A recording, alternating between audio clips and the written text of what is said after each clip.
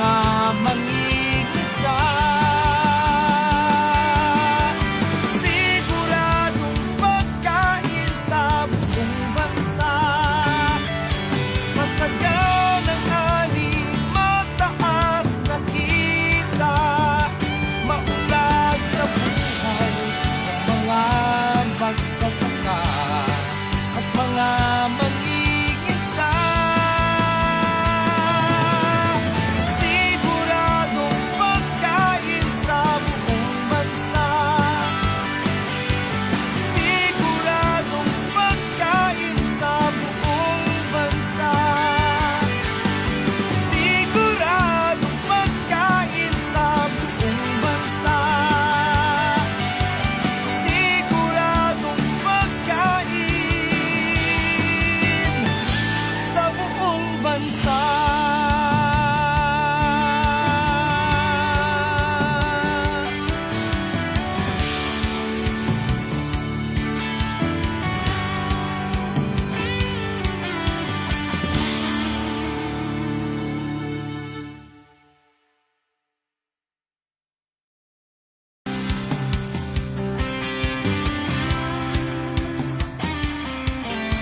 Ito ng bagong pananaw sa produksyon, malakas ang kooperasyon. Katuwang ng mga magsasaka, pamahalaan at pribadong sektor. Dadagdagan ang kaalaman sa kabuhayan, sa negosyo pahuhusayin ang kakayahan. Angkop at bagong teknolohiya, subsidyo, pagtubig at infrastruktura. Siguradong pagkain sa buong bansa, masaganang ani, mataas na kita, maunlad na buhay ng mga magsasaka at mga mangingisda. Siguradong pagkain sa buong bansa, masaganang ani, mataas na kita, maunlad na buhay ng mga magsasaka at mga mangingisda. Siguradong pagkain sa buong bansa, masaganang ani, mataas na kita, maunlad na buhay ng mga magsasaka at mga mangingisda. Siguradong pagkain sa buong bansa, siguradong sa buong bansa, siguradong pagkain sa buong bansa, siguradong pagkain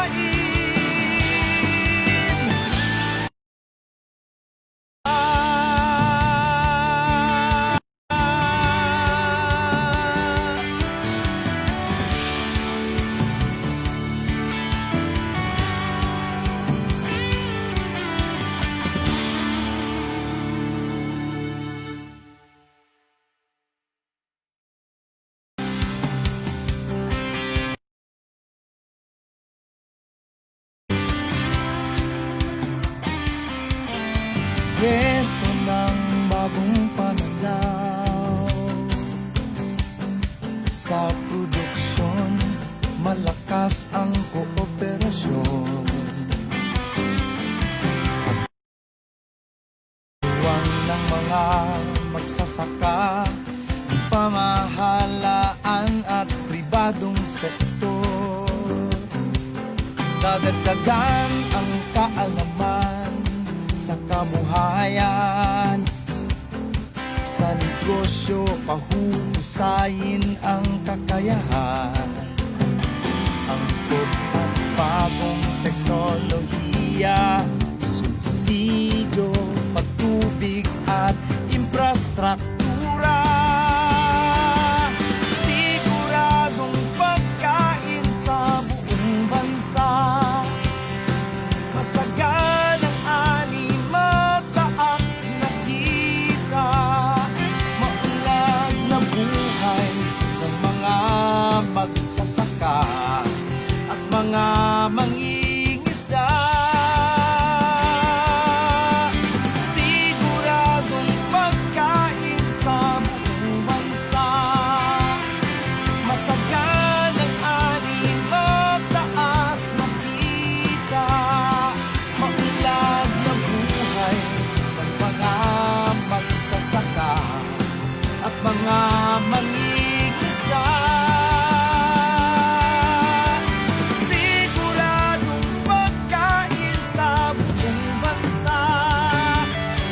Masaganang ani, mataas na kita, maunlad na buhay ng mga magsasaka at mga mangingisda. Siguradong pagkain sa buong bansa. Siguradong pagkain sa buong bansa. Siguradong pagkain sa buong bansa. Siguradong pagkain sa buong bansa.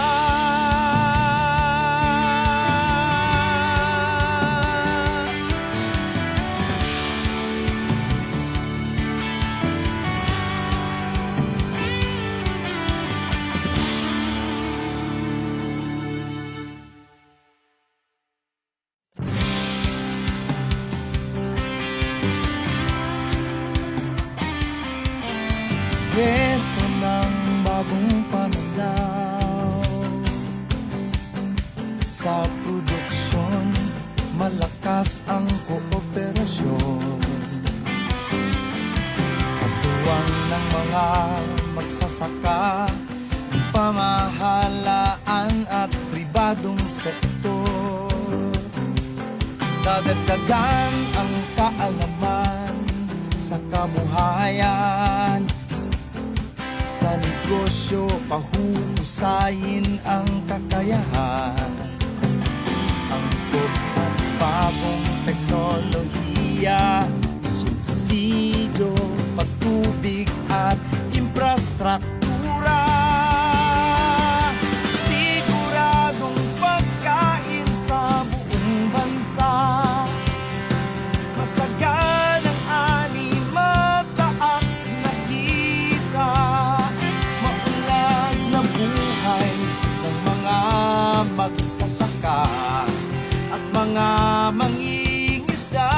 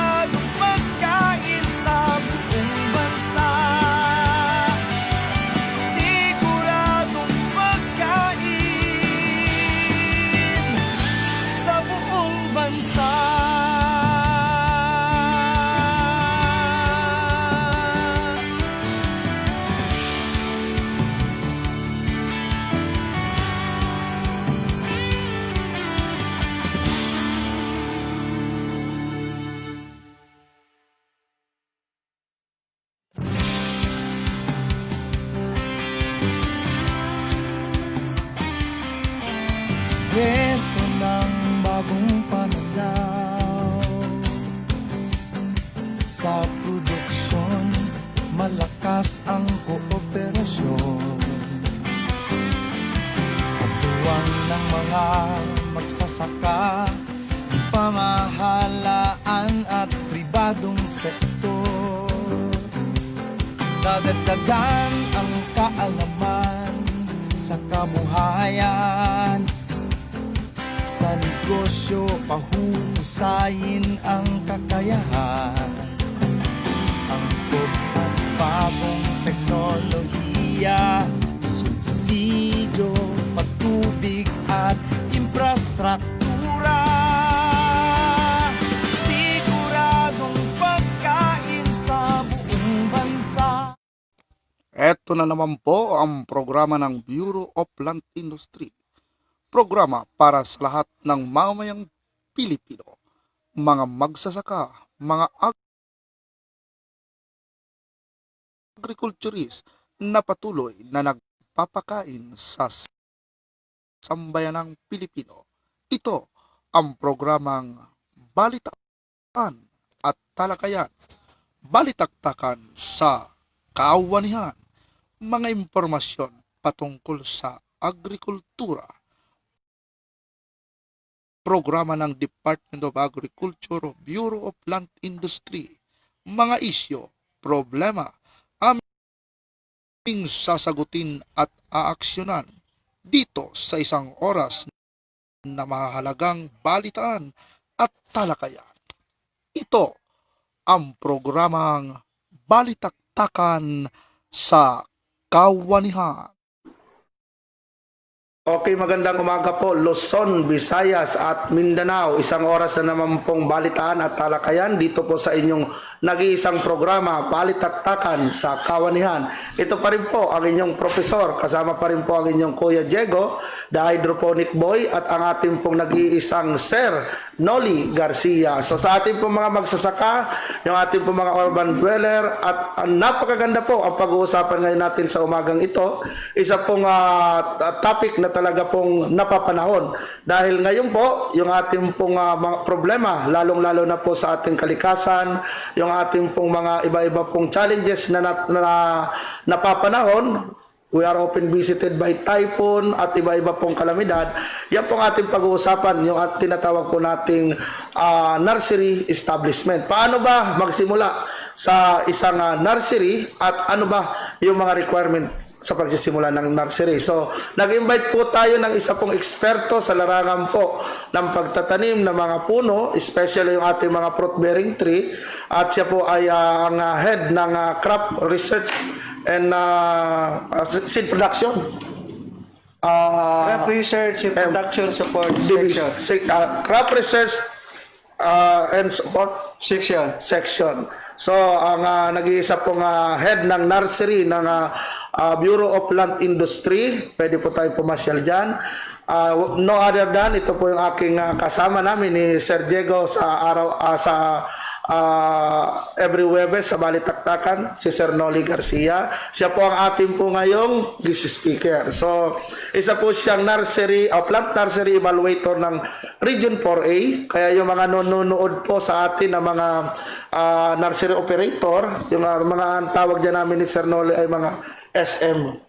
Mga secret millionaire. Yeah. So, ano ba yung opportunity sa ating pong pagtatanim ng mga puno at ano po yung ating pong mga benepisyo dito po sa tinatawag nating nursery establishment. So, yan po ang tatalakayin natin ngayon. Abangan nyo po, series po ito. At hindi ko na po papatagalin, ibibigay ko na po ang ating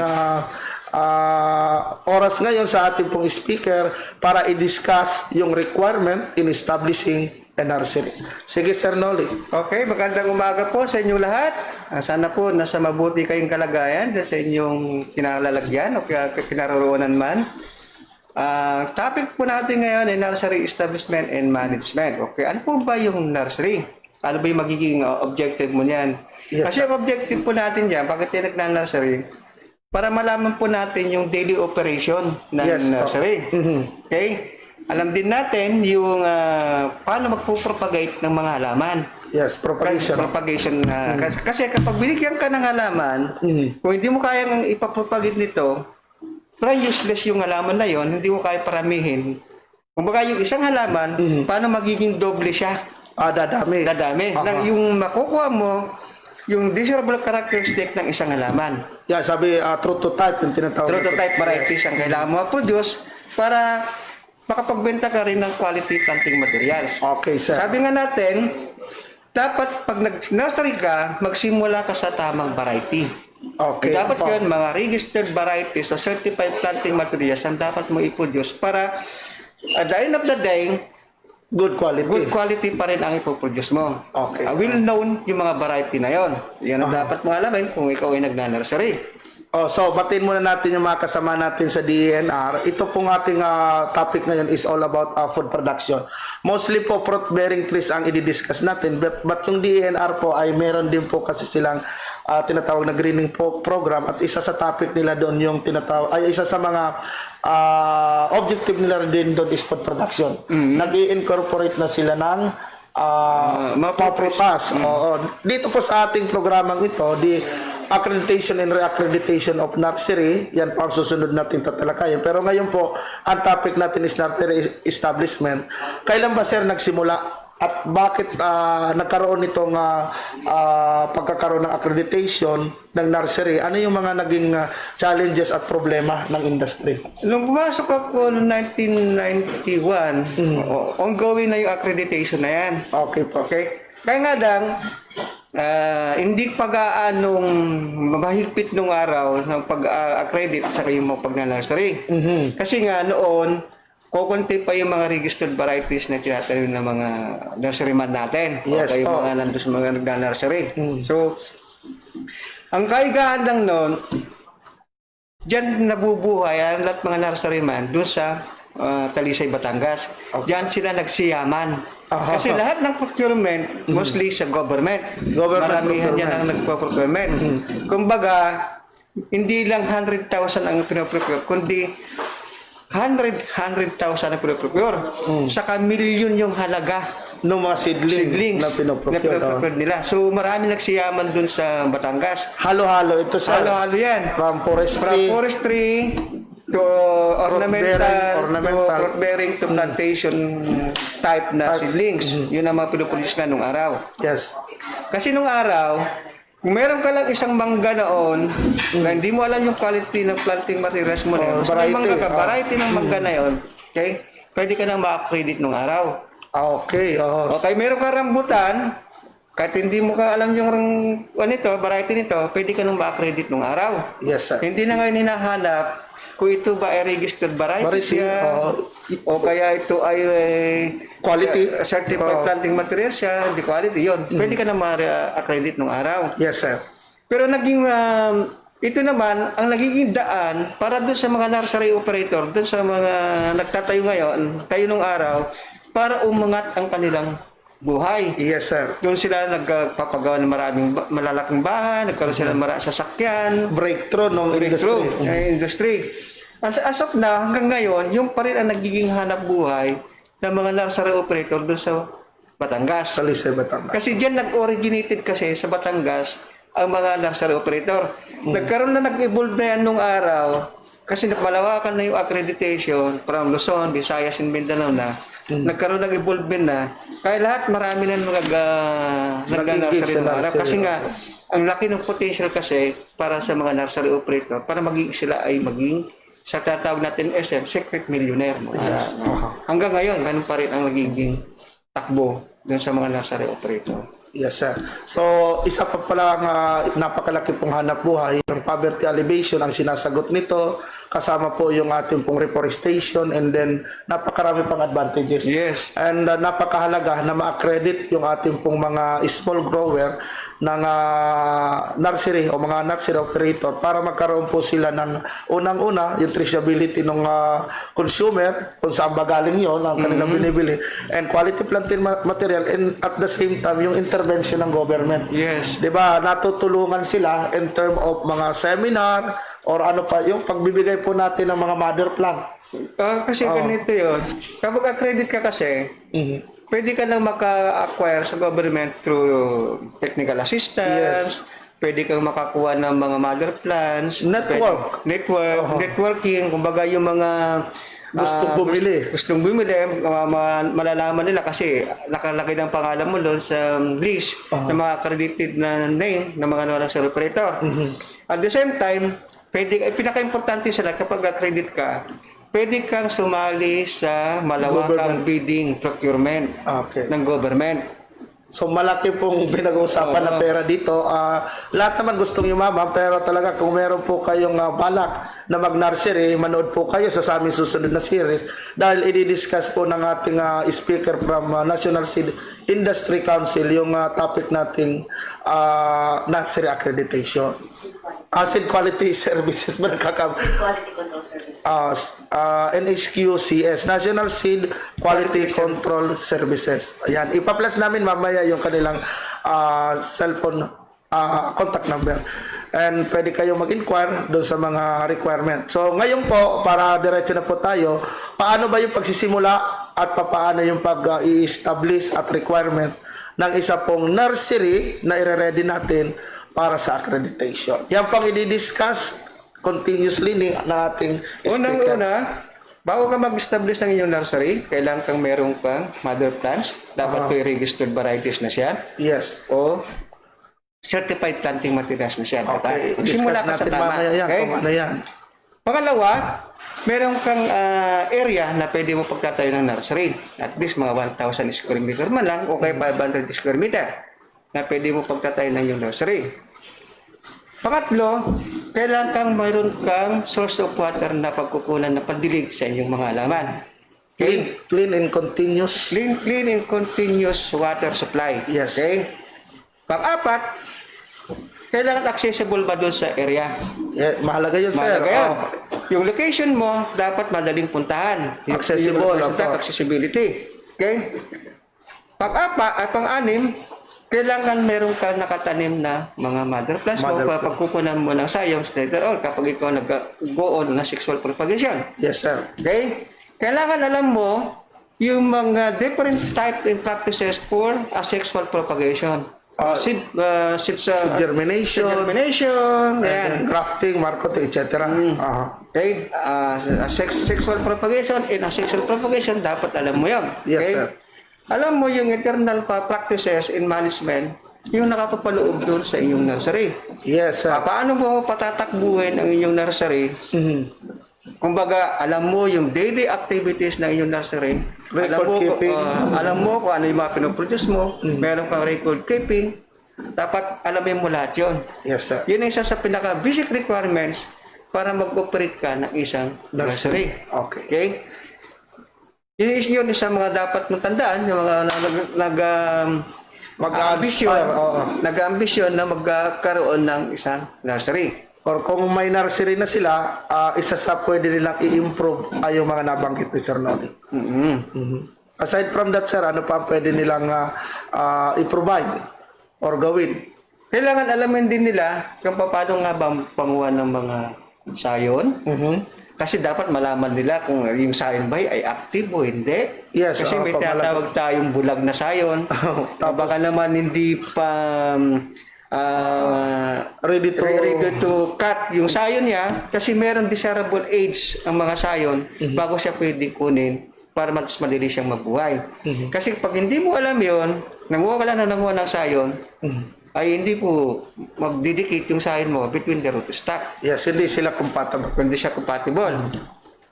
Then, alamin mo din yun kung paano ba ang mga materials na pwede mong gamitin sa iyong nursery. Tools and equipment po. Mga materials and equipment na pwede mong gamitin. Okay? Like yung mga budding knife, wheelbarrow, okay?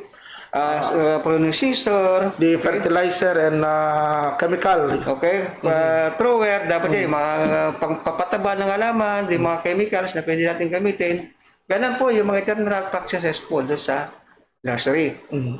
Then, alam mo din kung ano pa paano nyo i-control yung mga fishing diseases doon sa iyong nursery. Napakalaga po yan. Kasi kung hindi mo alam kung paano i-control yung mga fishing diseases sa inyong nursery, walang mangyayari sa nursery, magiging parang hindi siya magandang tignan. Hindi mo rin pwedeng ibenta ng mas malaking halaga. Mako-compromise po yung quality ng ating yes. planting material. Saka Bababa yung value ng seedling. Alamin mo din, ano yung mga klaseng mga plastic ang ginagamit yan. Yes, mahalaga po yan. Mahalaga po yan. Kasi mayroon ding kapal na mga plastic na ginagamit. Yes po. Meron din tinatawag na gaseted na plastic. Tinatawag natin na kapag nilagyan mo ng lupa, nakakatayo na kagad. Oo. Dapat to may butas na. Oo. Ano bang kapal na kailangan mong requirements para dun sa plastic na bibilin mo? Okay? Dapat po yan ay gauge 003. Yan ang po pinaka-basic na kapal ng plastic na pwede mong gamitin. And talaga yung source, sir, kung saan sila makakamura, makakakuha, because ang nursery po ay continuous po yan. And habang lumalaki yung halaman, nag-i-increase po yung value ng isang plot pag riniribag ninyo at lumalaki. Yes, tama po yun. And ano pa, sir, pwede nilang tandaan? Dapat tandaan po nila, okay? Bago kayo kumuha ng mga seedlings o kayong mga sayon, siguraduhin po nyo, yung pagkukulang po nyo ay healthy po yung mga halaman. Yes, healthy mother plant. Vigorous po yung mga mother plants nyo, healthy rin po yung rootstock po ninyo. Kasi kapag hindi po healthy ang mga yon, makukontaminate po lahat mga yon. Kakaroon po ng transfer ng disease at sa mga pests. Kaya kailangan, alamin mo din po yon kung paano ang pagtingin ng mga mother plants mo, kung ito ay healthy o vigorous, bago mo pwedeng kunin. At the same time, kailangan marunong ka rin ng seed selection. Seed selection. Selection. Paano ba pamimili ng seeds? Okay? Kailangan ba ito ay walang mechanically damage? Okay? Pest damage. Walang pest damage. Yun po dapat nating alamin bago ka magpapunla ng buto. Okay? Yan po isa pa rin sa mga basic na kailangan nating tandaan bago tayo pagbugoon sa nursery operation. And take note po sa mga manonood, iba-iba pong prutas ay iba-iba po yung kanilang method of propagation. We have the two types of seeds, yung tinatawag nating orthodox and recalcitrant. In layman's term, pag sinabi nating orthodox, nag-undergo po sila ng drying. But room temperature lang, hindi po sila binibilad katulad ng mga forestry na pwede mong i-dry through direct sunlight. Ito po mga prutas na tinatawag natin, yung mga hard-coated shell, katulad po ng chico, guyabano, atis. Yan po ay pag nahugasan ninyo, kailangan na po yan may punla. And pag na-dry po yan, mga direct sunlight or matagal na drying, kung hindi po bababa ang germination, hindi na po sila mag-germinate. At yung isa po, yung tinatawag nating recalcitrant. When we say recalcitrant, they cannot undergo drying. Bawal din po yung freezing o malamigan sila ng sobra. Meron po silang gelatinous part na nakakover na pag sinisip-sip nyo, pumipikit-pikit pa kayo. Katulad po ng santol. Ano ba yung mga guyabano? Itong lanzones. Yan po, kailangan po ng special method, yung tinatawag nating removal of mucilage. Ano ba yung ibang term dyan, sir? Lamukot. Na inaalis po yan para mabilis po yung germination dahil sila po yung nagiging dahilan nag-i-inhibit ng growth. Pwedeng magkaroon ng fungal disease, pwedeng kainin sila ng langgam kapag hindi nyo naalis. Ang technology namin ang ginagawa ay linilinis po namin sila ng coco coir dust o yung bunot ng nyog. Lalo na yung mga buto ng kakao. Yan. So, yun po yung mga technology na papag-aralan natin and pwede po tayong umattend ng seminar. Deep seminar dito yung may demo sa Bureau of Plant Industry or kayo po ay mag-invite sa amin kung kayo ay association group, social distancing pa rin, about sa technicality nitong ating pag-establish ng nursery and sanitation, sir. So, paano yung maayos na sanitation sa isang nursery, sir? Proper sanitation ang tawag natin dyan. Okay? Kasi kapag hindi sanitize yung nursery mo, pwede kasi ito maging breeding ground ng mga insekto. Lalo pag madamo. Okay? Gusto kasi ng mga insekto na maramihan yung nursery, yun ang gusto ng mga insekto. Yes po. Ito yung tinatawag natin ng sanitation procedure. Yes. Kailangan kapag malinis nursery mo, mayroong dapat pa pagtatapunan ng mga nabubulok at saka hindi nabubulok. May composting area daw po Composting kayo. area ka, O tapos yung mga plastic bacteria recovery area. kanin dapat na separate na paglalagyan. Ito po isa sa mga factors din para mag-govern ka sa magandang quality ng planting materials. Okay. So yung mga pruning nyo po ay pwede po yung gawing compost, and other plastic naman po pwede po silang i-recycle, or kung hindi po ay proper disposal. Mahalaga po na yung sanitation, yung environment ng inyo pong nursery ay naaakma rin po doon sa requirement na nakalaan doon sa ating pong guidelines. Kaya sa mga susunod po naming topic, nakalagay po doon yung mga iba-iba pong tawag dito requirement at guidelines na susundin po natin to have accredited nursery. So ano pa po sir ang pwede nila pong tandaan or simulan na klase ng variety ng halaman na madali sa pagna-nursery? Una-una isa pang didiscuss po natin, kailangan marunong ka din mag-sterilize ng lupa mo. Mahalaga po yan, Mahalaga sir. po yun. Opo. Kasi di natin alam kung saan kinukuha yung mga lupa na ginagamit natin na pang-potting. Yes po. Kasi nagiging problema minsan ng mga nursery operator kung bakit yung seedlings nila unti-unti, pag nabubuhay na, unti-unti namamatay. Yes po. Hindi natin alam na yung palang mga soils na ginamit nila ay mayroong mga microorganism, ay tinatawag natin na white crabs, na andun sa lupa na ginagamit nila. Minsan nag-lecture ako doon sa Region 10, yun ay isa naging problema nila kasi hindi sila gumamit ng solarization. Ngayon, di-discuss natin ngayon, paano ba yung solarization na tinuturo natin ngayon? Yung paggamit po Paggamit po ng araw. Okay? Ang gagawin lang po nila, kapag may mixing na ng mga lupa na ipapating nila, okay? Ang gagawin lang po nila, ilalatag lang po nila doon sa isang open area. Open area na naarawan. Eh, dapat yan, mga 5 to 7 centimeters lang ang kapal. Para yung solarization niya, papasok yung faktor ng araw. Okay? Then, didiligan lang nila yon ng konti moist lang nila. Then, tatakpan nila ng plastic na puti.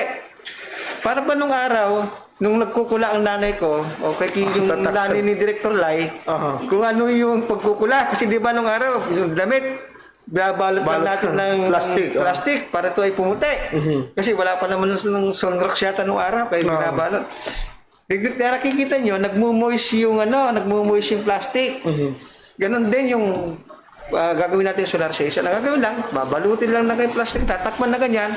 Then lalagyan mo ng pabigat dito sa bawat edge niya para hindi po siya sumingaw. Then yung init ng araw, kapag tumama doon sa plastic, nagkakaroon ng moist yan.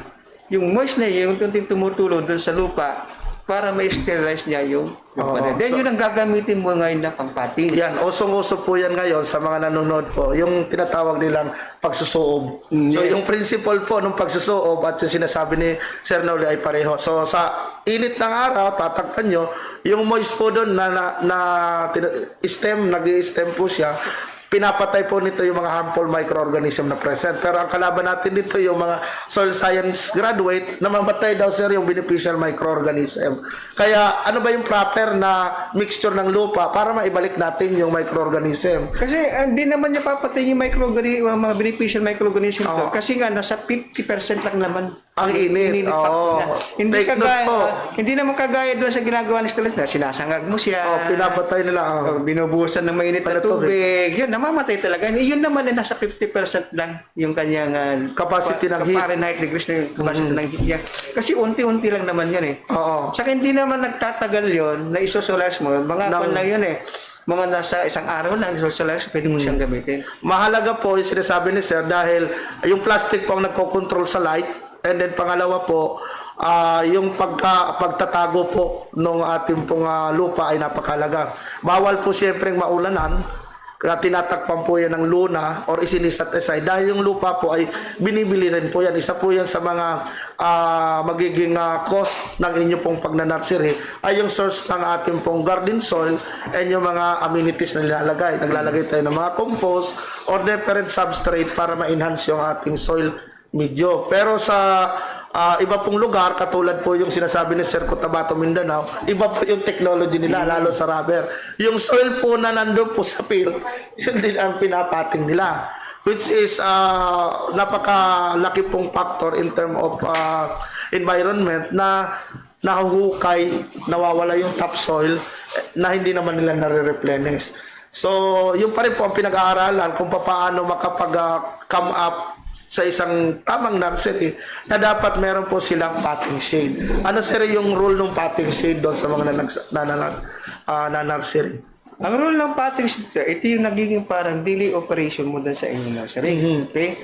Dito lahat ng mga workplace area mo, dito ka lahat yung mga nagagyan ka nagpapating, Maglalagay ng lupa sa plastic. sa plastic, ganyan. Then doon mo na rin iniipon yung mga pinating mo. Then katapos yung may ipon, then i-repiling mo doon sa nursery mo, sa permanent school, sa mo pwedeng taniman. Yes sir. Okay? Yan po yung parang working area. Working area natin para tayo makapag-simula ng ating operation sa ating nursery. Yung baga, doon mo rin iambak yung lupa mo. Yes, so binibili kasi yan sir, hindi pwedeng Tapos, mawas out. doon ka na rin magmi-mixing ng mga materials mo. Kaya one part na for Garden example, soil. organic soil, organic, o carbonized rice. Dito yung daily operation mo. Parang isa sa heart and soul ng iyong nursery. And ang pinakamahalaga po dito na aalagaan nyo ay yung ating pong propagator. So, ano po yung rule ng isang propagator sa isang nursery? Dahil take note po, kapag si Sir Noli ang may-ari ng nursery, alangan naman po siya lang magagrap ng buong 1,000 na mga planting materials.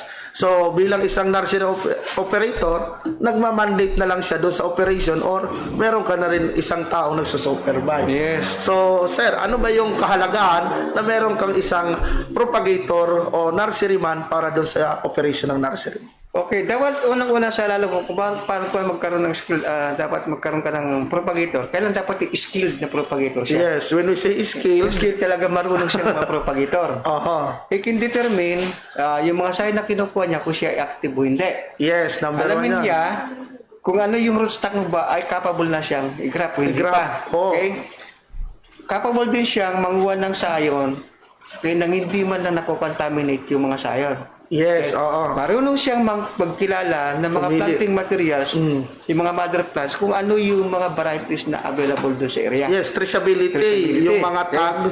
Yan yung mga tinatawag natin mga skilled propagator. Yes. Yung skilled propagator na yan, Experience and experience training. siya din yung buhay ng isang nursery. Yes, sir. Kasi kung hindi siya marunong, hindi siya makapag-propagate. Yes. Hindi siya makakapag-grab, hindi siya makakapag-budding. Walang mabubuhay doon. Sa nursery Sa nursery mo. Walang progress ang Walang nursery mo. progress ang nursery mo.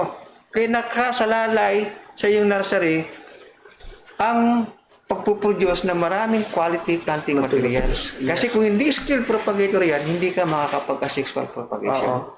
Kaya pag sinabi daw po nating skilled, kapag nag-grab siya ng 10, ang mabubuhay 11. Oh, yan. Tama ka.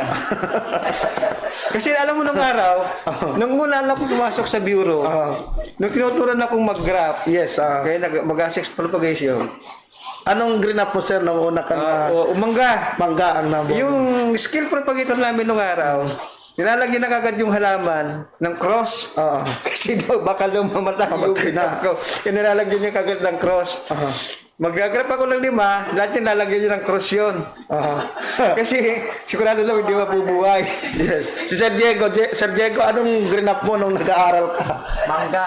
Mangga din. Bakit doon puro mangga? Kahit nung nag-aaral ako, mangga rin. Pero nung pumunta ako sa Bureau of Plant, napakarami pala pwedeng i-asexual propagation. Kasi alam niyo nung araw, kasi ang mangga, kasi nauna naman ako sa inyo, napakadala kasi i-propagate ang mangga. Saka ang availability kasi ng sayo nung araw, marami. Maraming mangga. Maraming mangga. Saka nabaga, in demand ang mangga nung araw. Yes. Kumpara din natin alam kasi nila yung mga rambutan, Yes, oo. durian, lasunis. Parang baliwala sa kanila nun. Parang pinaka nun, mangga. Panay Nag-boom mangga. yung industry ng mangga. Ng mangga. Mas nag-boom lalo nung na-discover yung ano ba? Potassium nitrate. Yun. Ba once a year, naging thrice a year. Kaya makikita mo, mostly sa norte, marami natatanim doon pa ni mangga. Yes.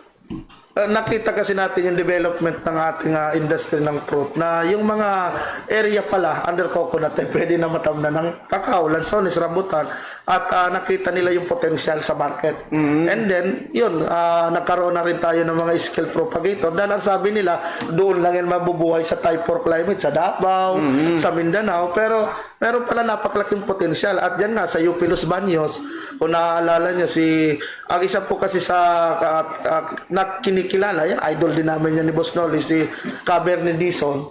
Yung kanya pong mga teknolohiya na pinopropose noon hanggang sa ngayon naman ay nag-i-exist naman. Kailangan lang natin ng study na pag-aralan yung isang teknolohiya bago maka-adapt po sa isang environment. Dahil pwede po, basta tama lang po yung ating paraan ng pagpropagate. Dahil napakahalaga po yung propagation. Katulad po sa lansones, lansones and the other family of rambutan like Ilonggan, meron po silang male and female characteristic. Kaya hindi po talaga sila pwedeng itanim ng buto. They need a sexual propagation para magkaroon po ng bunga. Ang ating pong lychee Ilonggan rambutan ay 75% sa itatanim mo galing sa buto ay female. Male pala, male, lalaki. And the rest, yun lang pa mamumunga. Pag namunga po siya, inferior variety. When we say inferior, pwede pong supsupin yan, maasim, mawawala po yung karakteristik ng tuklapin. Dahil yung tuklapin po, yung mga R5 o different variety ng rambutan, ang karakteristik po nito, bukod sa juicy, naaalis po o naghihiwala yung buto sa laman. 50% of pili is male. Kaya kailangan siya i-propagate. And other crop, para makuha yung kanyang quality. Dahil highly pollinated, nag-change yung characteristic, and take note, yung lansones umaabot pa po na 30 to 40 years bago mamunga. Nakapag-grafted, sir, ilang ano lang po yan? Nasa 15 years na lang siya. 15 years. Yung iba po, 8 years. Yung mga lungkong at saka mga lungkong in ano pa yung isa na variety. Duko ay umaabot ng 8. Depende rin sa management yan at depende rin sa Sa area. klase ng area ng pagtatanim. And ngayon nga, yung coffee and cacao, pinupurso pa rin ng government and other fruit-bearing trees. So, ano pa yung mga iba pang opportunity, sir, pagdating po dito sa ating pong nursery? Meron bang procurement ngayon ng government? O dahil sa bagyo?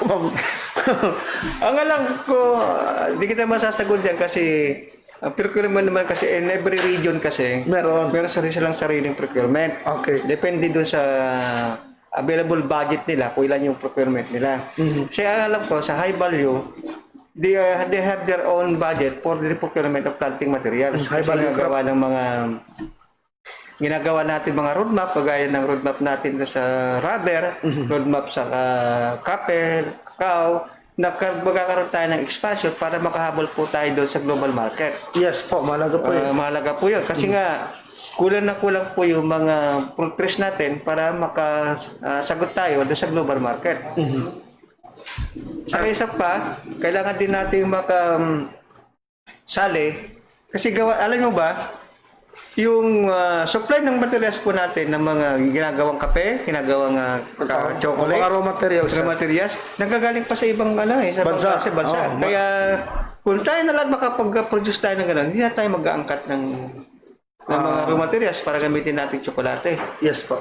Yun yung isa sa opportunities na nakapalugdo kapag isang nursery operator.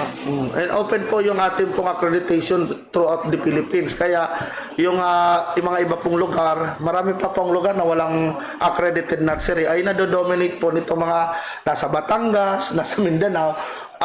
Wag nyo na pong paabutin yung isang napakalaking industry na hindi po ma-put up sa inyo pong municipality o lugar. I-work out po natin yung mga manunood na makapaggawa tayo kahit cooperative group na ma-improve yung ating industry, especially yung mga fruit-bearing trees sa isang lugar. And take note po sa mga nanonood, baka meron na naman mga plantitas. As of to date po, wala pa po tayong accreditation ng ornamental plant. And hindi po pa napaplantsa yan, napakahaba pong proseso yan. At nandun pa rin po sa mga ating pong mga nursery, ornamental grower, ang desisyon kung magkakaroon na ba sila o magka-come up na tayo into accreditation para yung intervention ng government, yung tulong natin, and yung mga bidding ay maayos na. So, i-work out din po natin sa kanila yan.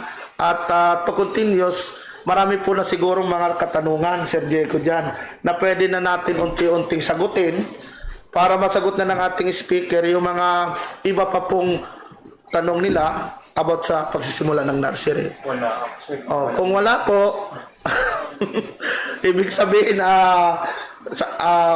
wala pa sigurong interesado. Pero alam naman natin na ang pagtatanim po ay isa sa pinaka lifetime na business yan, sir. Dahil At saka isa pa, ito ngayon isang requirement sa nursery accreditation. Wala kang training sa nursery establishment. Hindi ka na ma-accredit ngayon. Oo, kasi pwede tayo magbigay ng certification pag natapos na ni series. Pwede tayo mag-request kay Sir Danny at kay Sir Ruel na yung mga nanood na mayroon ng nursery ay magamit din nila itong kaalaman na ito dahil nakapanood sila ng series ng puput up ng isang nursery. So, meron pa bang mga requirements? May maidadagdag ka pa, Sir Diego, sa mga manonood natin dito sa pagsisimula ng isang nursery. So, ang National Seed Industry Council, paano nila ma-access yung mga quality mother plant? Registered mother plant. So, meron ba tayong list? Depende po yan sa halaman na kukunin. And bawat BPI center po, regional office, meron po silang maintain na mother plant. Ayan. So, for the case po ng mangga, halimbawa, Yes, meron po yan sa Imaras, sa ating center. tapos good po sa pero kalimitan po ata ng mga crops natin ay nasa Davao. Mostly. Marami po doon. Tulad nun sa yung cacao. Ako, lansones, yun, meron tayo doon. Then rambutan, meron din tayo doon. Then doon po sa mga mga NC registered varieties, meron din sa Institute of Plant Breeding. Meron din yung ating mga breeder yung ating pong pinakamasarap na sampalok nandiyan po sa Pampanga State. Pero take note po, isa sa pinakamahalaga na i-collect nyo po bago kayo magsimula ng nursery ay yung ating pong NC Capro variety. Meron po tayong list ng accredited nursery sa aming website na pwede nyo pong i-outsource. Hindi nyo pala alam na sa inyo po pala municipality may accredited nursery. And yung kanila pong mga puno na certified trees ay pwede nyo na pong mabili yung mga seedling na tag bilang mother plant. Pwede po yon. And take note po yung kanila pong resibo, certification ay itatago nyo po dahil yan po ang proof na yung inyong pong biniling mother plant ay nagmula po sa quality or sa accredited nursery. So, resibo, tatago natin yon. And sa pag-layout, sir, ano ba yung mga qualification, ito yung mga dapat nilang tandaan para sa isang maayos na layouting ng mother plant. Ang dapat ang layouting ng mother plants, dapat yung accessibles nga, yung area. Isa yun, opo. Sa requirements yan. Tatandaan nila, na in every mother plant may corresponding distance yan. Hindi na pwedeng magkakapares ang distance yan. So, for example, doon sa cacao, 3x3 ang distance yan. Plantation type. Sa mangga, 8x8 kasi mother plants na naman gawin, science na naman kukunin mo dyan, hindi mo pwedeng palalakihin. Okay? Yes po. Doon sa kape, pwede ka rin mag 3x3. Parang lahat ng planting materials na magagawin mong mother plants, meron siyang corresponding distance. Tatandaan natin lahat yan para kasigurado tayo, nakapag-produce tayo ng mga abundant na sayon. So, kaya susundin po nila dapat yun. So, meron tayong guide kasi, sir, na makikita sa mga internet ng distance of planting. Pag mother plant ba ay kalahati o plantation type din na 10x10 din ang distance ng mother plant? Nasa kanila kasi yun, pwede nilang plantation type. Later on, kaya nilang mag-nursery, gawin na nila plantation yung area nila, pagbubuha nila, pwede yun. Opo. Kung ang purpose nila ay talagang pangsayon lang, Yes.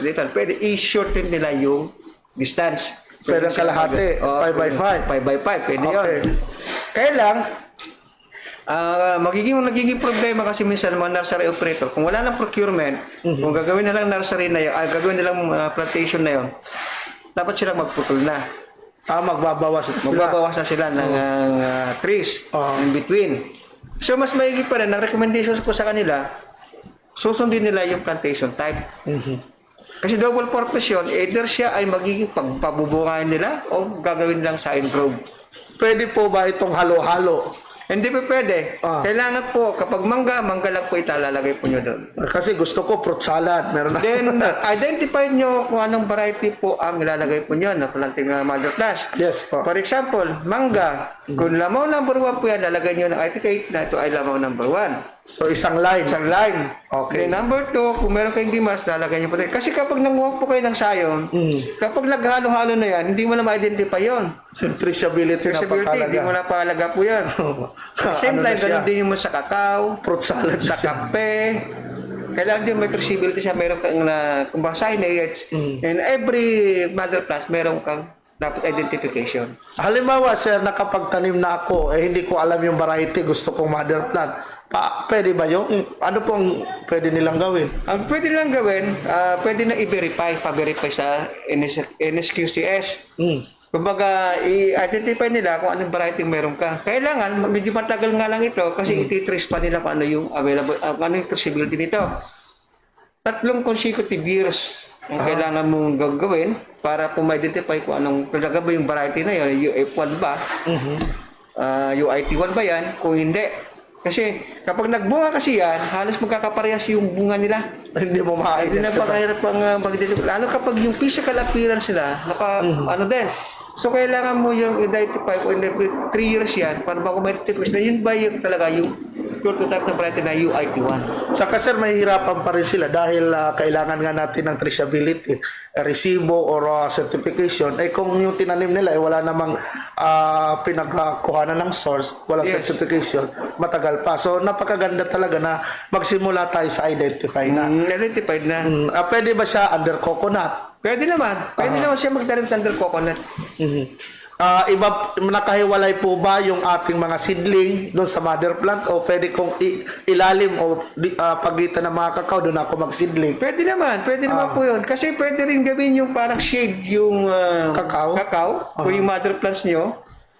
Tinatawag natin pwede yung magiging hardening area yung area na yon. Yes po. Kasi lalo na kapag yung mga newly transplanted na seedlings, pwede yung gawing hardening area. Kasi dapat yon yung mga newly planted na seedlings, kailan hindi mo na na-expose masyado sa init ng araw. Kasi pwede po silang mamatay o masunog yung mga dahon niya, hindi sila mas marami ay mga mortality mo kung ina-expose mo kagad sa araw. So pwede mong gawin siyang shade. So normally sir, gaano kadaming seedling ang nire-required ng isang sinasabi niyo po kanina ay 1,000? Kung sa 1,000 square meter, Ah. mag-reduce ka lang doon ng mga supreme, 10% nun. Yes po sir. Okay, mga nasa 900 square meter. Kasi yung 10% nun, yung 100 square meter, gagawin mo siyang propagation area, okay, potting area, okay? Yes po. Gagawin mo rin yung parang magagawa ka din ng parang mini office mo, okay? Wala natitira kang 900 square meter. Yung 900 square meter yan, you can accommodate at least mga 40,000 seedlings. Yes po. Okay? 40,000 seedlings na yon ang pwede mo ma-produce doon sa 900 square meter mo. So, Wala, napakaraming planting materials na mapoproduce mo, no?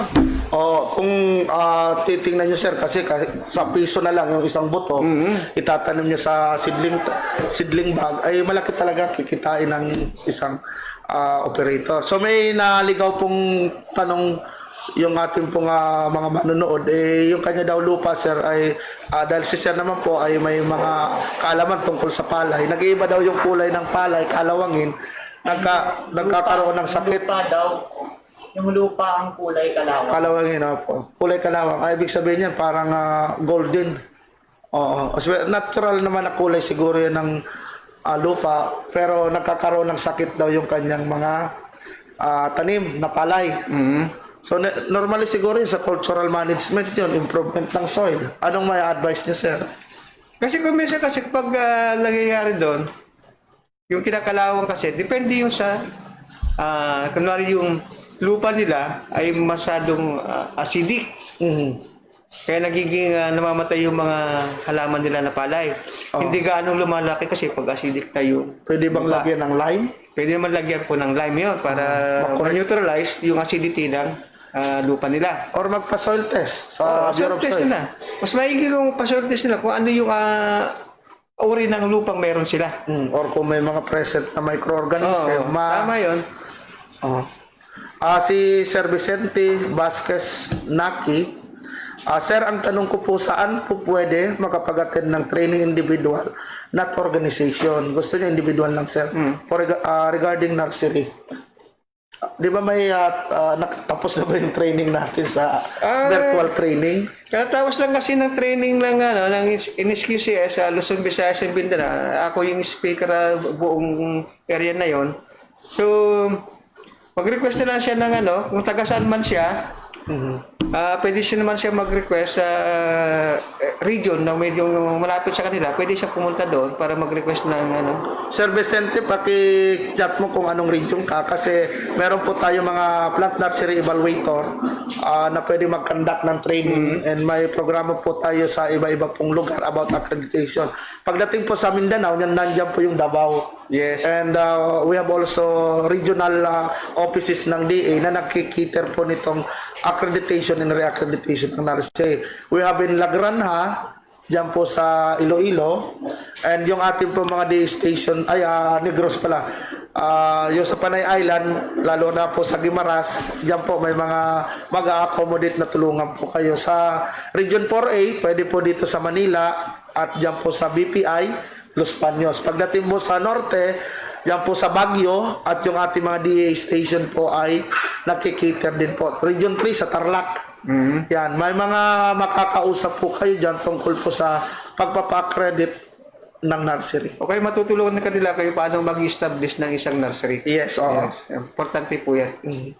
And mada-download nyo naman po sa amin yung mga requirement or pwede po kayong tumingin doon sa website ng BPI. Meron po doon mga proseso na sinusunod para makapagsimula kayo o mabasa nyo po yung mga initial requirement na pwede nyo i-produce sa pagsisimula po nitong ating nursery. Nasa Cabuyao City, Laguna po ako, sir. Sa Laguna. Ay, pwede sila pupunta sa Los Baños, Laguna. O sir, Sir Vincent, pwede po kayo sa Los Baños, Laguna. Diyan po sa may Picard. Okay, doon sa BPA natin sa Los Baños. Sa katabi lang po yan ng munisipyo ng Los Baños. Yan, pwede nyo pong dalawin. So sa Panghuli, sir, ano po may advice nyo dun sa mga magsisimula ng nursery at gusto mag-engage sa nursery operation at yung mga existing ng nursery na gusto magpa-accredit? Unang-una, ma-advise ko sa inyo, kung mag-nursery man lang kayo, magsimula kayo sa tama. Okay? Kumbaga, pag nagsimula kayo sa tama, hanggang sa huli, tama yung ipoproduce po Yes, ninyo. tama po yun. Kasi pag nagsimula kayo sa mali, hanggang dulo po, mali na po yung ipoproduce ninyo. Kasi panahon po yung binibilang yan, bago kayo makapag-create o makapag-produce ng mga quality planting materials. Yes po. Sayang yung panahon po ninyo na nagpo-produce kayo ng hindi quality, hindi rin nyo kayong ibenta, mas hindi kayo makapagkuman ng high price, gawa ng hindi po traceability yung sa variety ng yung halaman na ibinebenta. So, kailangan magsimula na po kayo dito. Una, kailangan alamin nyo, magkaroon kayo ng kaalaman kung paano Training, kayo seminar. magkaroon ka ng training o seminar kung paano nyo patatakbuhin itong mga nursery po ninyo. Opo. Okay? Iyan po isa sa mga main factor po para makapag-operate kayo ng isang nursery. Yes po. Yung mga daily operation po ng nursery po yun, dapat po alam nyo o kabisado po nyo. Kasi mahirap kasi kapag hindi mo alam, kapag yung katiwaldas mo ang Mas namamahala maalam na- pa sa'yo. mas maalam pa sa'yo, wala kang kikitain. Oo. Yung binibenta mo, hindi magandang quality, yung binibenta ng katiwaldas mo, Mas magandang mas quality. maganda pa yung quality. So, Meron po kasi niyan, may mga nursery within nursery. Oo. Yung pala, yung nursery mo, meron din nursery sa loob yung katiwaldas mo. katiwaldas mo. So, kailangan mong alamin. Lahat ng yun kasi mahirap na nga. Baka mas maga pang imaman yung katiwaldas mo kaysa sa'yo. Daily record, stock inventory, napakahalaga. At pwede po tayong bumisita dyan po sa ating mga accredited nursery. Tingnan po natin sa website namin, nandiyan po yung mga pangalan nila.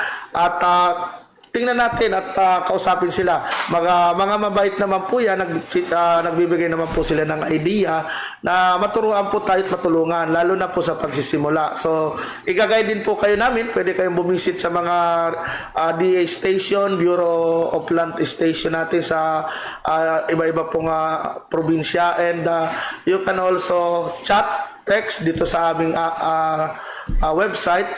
And masasagot po namin yan o sa abot po ng aming makakaya ay tulungan kayo na mabigyan ng kaalaman sa pagsisimula ng nursery. And Sir Diego, baka meron ka pong may last question. Sige. So kung gusto ko mag-nursery, ilang taon ang bibilangin ko bago ko mabawi yung puhunan? Yan. Para lang ma-conscious sila kung ano yung, para ma-set yung expectation. Baka magulat si Sir Diego. Sige, bigyan mo ng idea, Baka Sir. magano ko, baka pag-invest ko ngayon, kikita lang ako pag may apo na. Okay. Hindi, ganito yan. Sige, Yung isang pag-establish kasi na sir, kailangan may pulang ka at least mga kalating milyon yun. Yes, Kalating milyon talaga ang requirements po doon. Okay, kailangan mo kasi mag-produce ng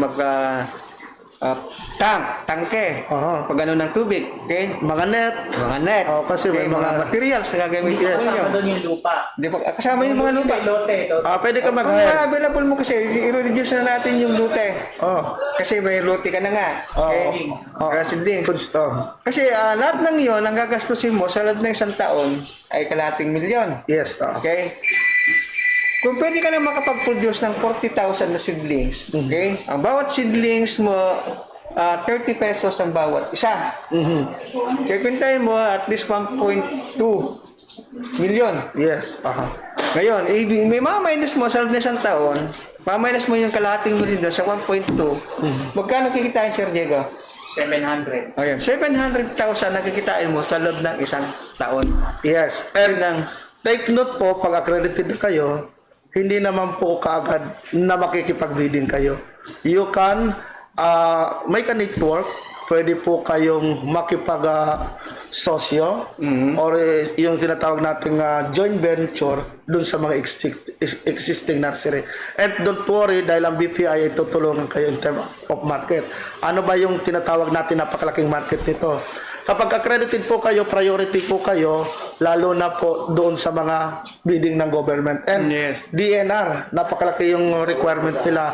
Buong Pilipinas po, nakabalandra yung pangalan nyo, nakukuhanan ng planting material. Ang sabi, sir, paano namin masisure na kami ang kukuhanan? Take note, yung sinasabi ni sir na pag nagsimula kayo sa tama magtatapos kayo sa tama. Pero pagka tinamaan kayo ng linti, yun ang pinakamahirap, at hindi kayo sumunod doon sa sinasabi ng gobyerno, huwag po kayo makinig doon sa sabi-sabi ng iba. Makinig po tayo doon sa requirement, sundin natin yon dahil napakalaki po ang oportunidad ng pagyaman at pagkakaroon po ng pagbawi ng puhunan sa nursery. Wala po kang lugi dahil habang lumalaki yung halaman nyo, nag-iiba po ang presyo nito. Yes.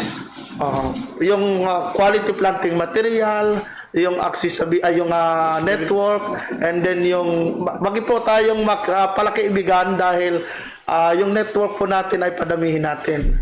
And ano pa, Sir Noli, ang pwede mong mabigay na idea o para lalong inspired yung ating mga nursery operator. Gagawa pala tayo ng video, sir, ng ating mga tawag dito, mga success story.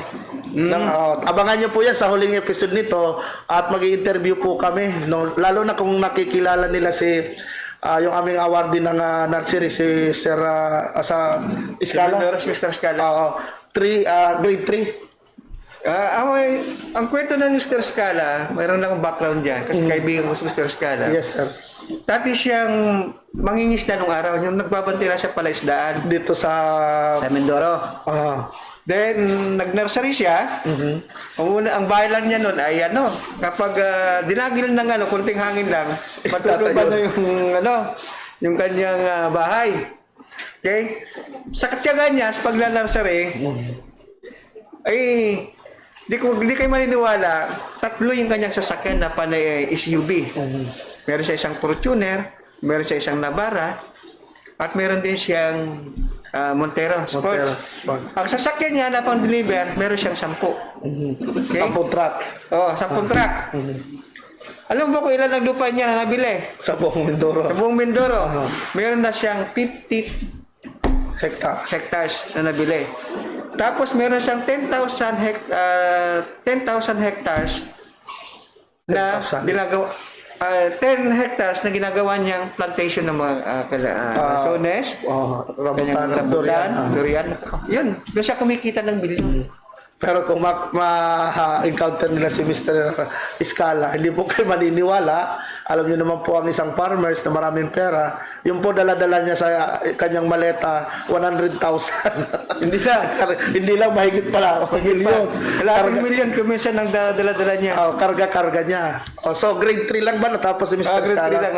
So sa pag na-nursery po ay talaga pong may kita. So para maprupihan, kailangan natin siyempre ng mga success story na ma-inspire po yung ating pong mga manonood. So wag natin po sayangin yung prutas natin kinakain at itanim po natin dahil sabi nga yung halaman, yung nature is the center of all things. Ito po daw yung sukatan, measurable thing ng lahat ng bagay sa mundo. The food we eat, the water we drink, and the air we breathe is all product of nature. Kaya Sir Diego, mayroon ka pa bang gustong batiin? Si Dr. Coronel, naalala ko, isa po yan sa UP Los Baños na naging pong isa sa pinaka marami pong koleksyon ng prutas at iba po dyan ay naipangalan sa kanya. So pinasasalamatan po namin yung Philfruit ba? Philfruit Association, yung ating fruit industry. Pwede po kayong magpa-register dito sa amin sa National Seed Industry Council kung meron po kayong kakaibang mga prutas na kayang higitan yung prutas na nandiyan po sa na itinitinda na o yung mga approved variety. Basta yan po ay galing dapat sa buto. So sa Sir Noli, may gusto ka pang batiin yung family mo dyan sa Rizal? Ano na binabati kong aking loving wife, Madam Lorena, at saka yung aking dalawang kids, si Daday at saka si Cookie, at saka yung dalawa kong minamahal na aso. Yung baby namin, si Briggy at saka si Nikki. Okay, sa amin pong director, floor director at head ng information, si Ma'am Lai, sa kanya mga kasamahan, si Ma'am Bea, si Hans, at saka si Maricel. Isa naman pong oras na talakayan ang nagtapos. At ito pa rin po ang inyong profesor kasama si Sir Diego, si Boss Noli na nagsasabi ng bye-bye. Salamat kay Ma'am Marian. Si ating Director George Y. Colaste, Assistant Director Glenn Pangaliban. Bye-bye. Saka si Assistant Director. ng ani mataas na kita, maulan na buhay ng mga magsa